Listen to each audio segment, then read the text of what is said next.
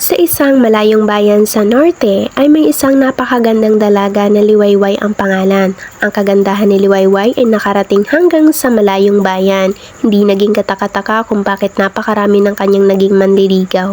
Mula sa Hilaga ay isang grupo ng mga mangangaso ang nagawi sa lugar ni Liwayway. Sa kasamaang palad, si Tanggol, isa sa mga ito ay natake ng baboy ramo. Ang binata ay dinala sa ama ni Liwayway para mabigyan ng pangunang lunas.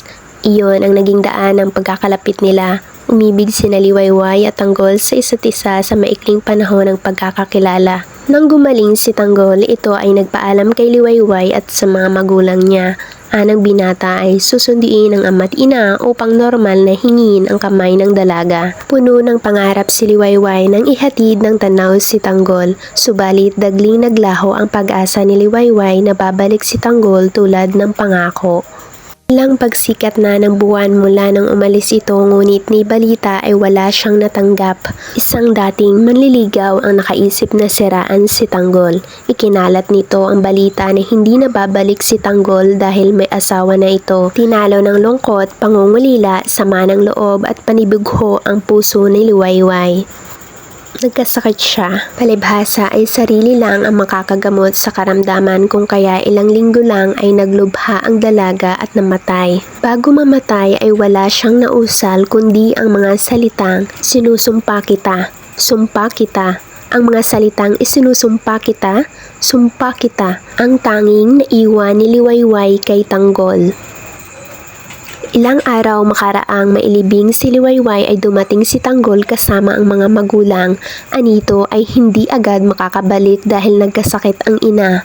Hindi matanggap ng binata na wala na ang babaeng pinakamamahal. Sa sobrang paghihinagpis, araw-araw ay halos madilig ng luha ni Tanggol ang puntod ni Liwayway.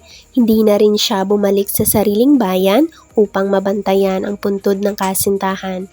Isang araw ay may napansin si Tanggol sa ibabaw ng puntod ni Liwayway. May tumubong halaman doon, halaman na patuloy na dinilig ng kanyang mga luha.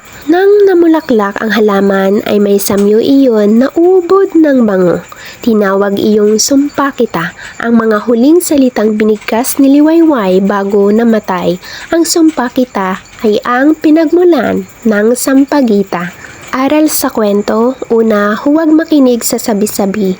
Gayon din naman, huwag gumawa ng hindi totoong kwento tungkol sa iba dahil wala itong mabuting maidudulot kanino man.